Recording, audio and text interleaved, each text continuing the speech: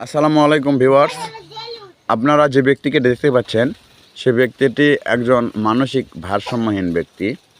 যদি কোনো সহৃদয় ব্যক্তিটিকে চিনে থাকেন তাহলে অবশ্যই তার গ্রামে বা তার মহল্লায় বা তার পরিবারকে জানানোর চেষ্টা করবেন। মানসিক ভারসাম্যহীন ব্যক্তিটি এখন রয়েছেন দুপচাঁচিয়া থানার গোবিন্দপুর ইউনিয়নের শ্রীপুর গ্রামে। আপনার বাড়ি কোন জায়গা বলেন তো?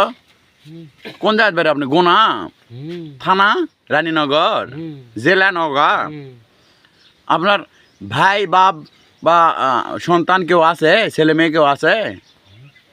আপনার ছেলে মেয়ে বৌসল কেউ আছে? হ্যাঁ, আপনি কার সাথে আলছেন এই জায়গাত? কার সাথে আলছেন এই জায়গাত? আসসালামু আলাইকুম সুপ্রিয় দর্শক, আপনারা যে ব্যক্তিকে দেখতে পাচ্ছেন ব্যক্তিটি মানসিক ভারসাম্যহীন একজন মানুষ। আপনারা যদি কেউ তাকে চিনে থাকেন তাহলে অবশ্যই তার পরিবারকে জানাবেন। তিনি এখন রয়েছেন দুপচাঁচিয়া থানা গোবিন্দপুর ইউনিয়নের শ্রীপুর গ্রামে।